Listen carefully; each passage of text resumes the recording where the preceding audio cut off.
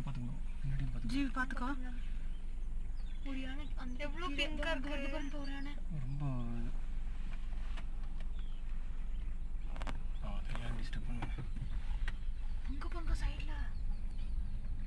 அதான் நான் வெயிட். பாப்பா கோ பாப்பா.